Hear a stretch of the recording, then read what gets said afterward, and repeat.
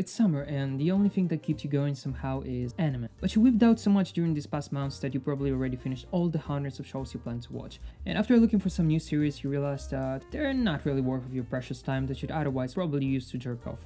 Wouldn't you?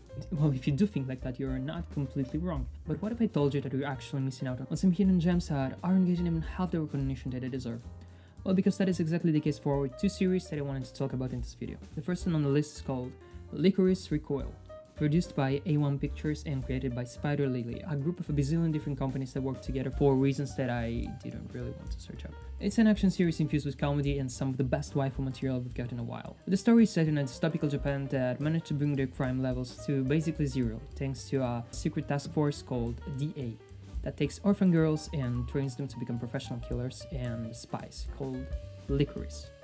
We're introduced to the character of Takina, a very serious and composed Lycoris that, during an extremely dangerous mission, disobeyed two orders and cold-heartedly killed a bunch of terrorists in order to save a friend. Obviously, this decision wasn't particularly liked by her colleagues, nor by the organization, so it decided that she's gonna have to be paired with an elite Lycoris called Chisato that will have to sort of train her. She starts working for a cafe called Recoil that serves as an undercover agency branch that offers many types of Lycoris services to people, whether it be escort missions or protection. Shortly after, we get to meet some other characters. Mika, an old dude that runs the cafe. He used to be a big shot in the organization, but left alongside Chisato and serves as a sort of a mentor for these girls. Then we have Mizuki, an ex-DA intelligence member in her 30s that is in a desperate search for a husband. She's mostly useless during the missions, and one of her favorite hobbies is spending her nights getting drunk. Kinda feels like a Misato from Wish, to be honest. Then we have Kurumi, an anime that revolves around young girls doing whatever type of stuff be considered respectable if it didn't have a lot in it. No, obviously not. What the fuck? Well, at least she's a very skilled hacker that starts to leave at the cafe for protection after being targeted by some really bad guys. I honestly don't remember the motivation of. Honestly speaking, the villains in this series are some of the worst written characters I've seen in a while.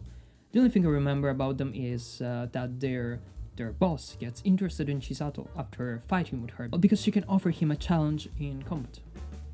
Yeah, I was as confused as you are. Now the moment you've been all waiting for. Chisato is a gift from heaven. She's a quirky girl that isn't afraid of being herself and that doesn't really care about others' opinions. She's like a living factory of positive vibes that never stops bringing a smile on your face with every fucking thing she does and says. Let's be honest, if you've ever met her in real life, you'll never think that she could kick your ass like a professional MMA fighter with the shits and you being the only thing stopping them from using the bathroom. Because yeah, behind her cute and innocent appearance, she's an extremely capable fighter that would do anything in order to protect her friends, even risking her own life.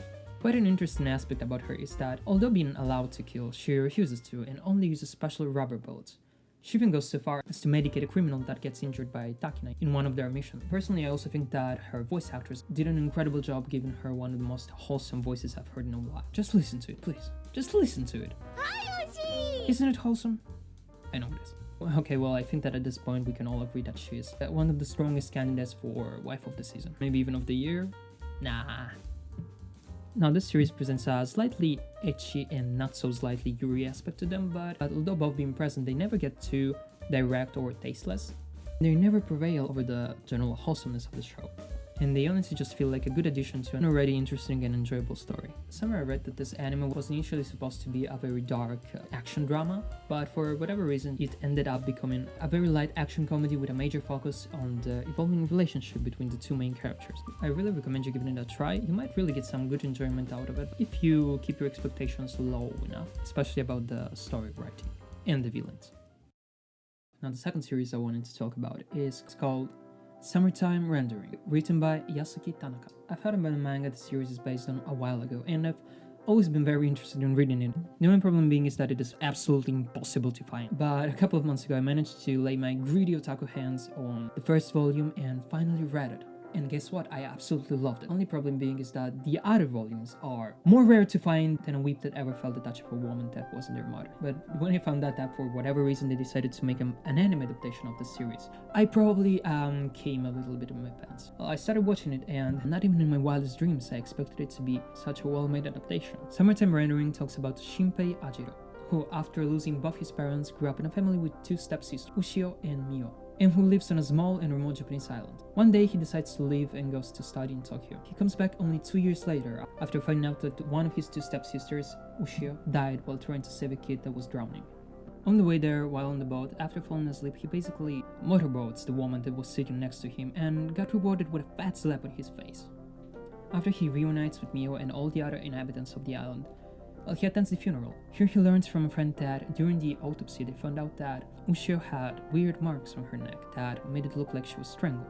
Becoming suspicious about this, he starts to investigate, telling about this to Mio as well. Then we get some kinda useless but fairly appreciated ecchi scenes for all of you degenerates out there. After investigating for a bit, they find that the entire family of the little girl that was supposedly saved by Ushio unexpectedly disappeared without a trace, only to find the little girl wandering in the forest later the same day. So they decide to follow her, and at a certain point they find the woman from the boat with a deep wound. And now, plot twist time. A girl that looks the same as Mio fucking shoots all of them. The end? No, Shinpei, for whatever reason, goes back in time to the moment he was mistakenly molesting a woman on the boat. Now he has the possibility to relive the entire day and make choices that are gonna influence the way it ends. After he gets more information from other characters like the island sheriff or the elderly woman, as well as weird guy talking about a prophecy, well, he finds out that the island is plagued by a mysterious disease called the Shadow. Basically some type of entities that, after killing a human being, have the ability to take their place. That is the premise of the story. It is a very nice and intriguing mystery with some quite decent characters and a pretty good amount of ecchi scenes. Another thing worth pointing out is probably the character design, because all these characters have a very distinct and original look to them. Although, I think I've already seen that hairstyle somewhere. The setting is also very interesting and it works very well for this type of story. Being on an island, you always have the constant feeling of danger caused by these entities because you can't really escape them, even if you wanted to. Well, this was all for today's video. I really hope that you liked it and that it helped you to find some new fat and juicy anime to kill some of your precious time. Well, thank you very much again and don't forget to leave a like. Goodbye.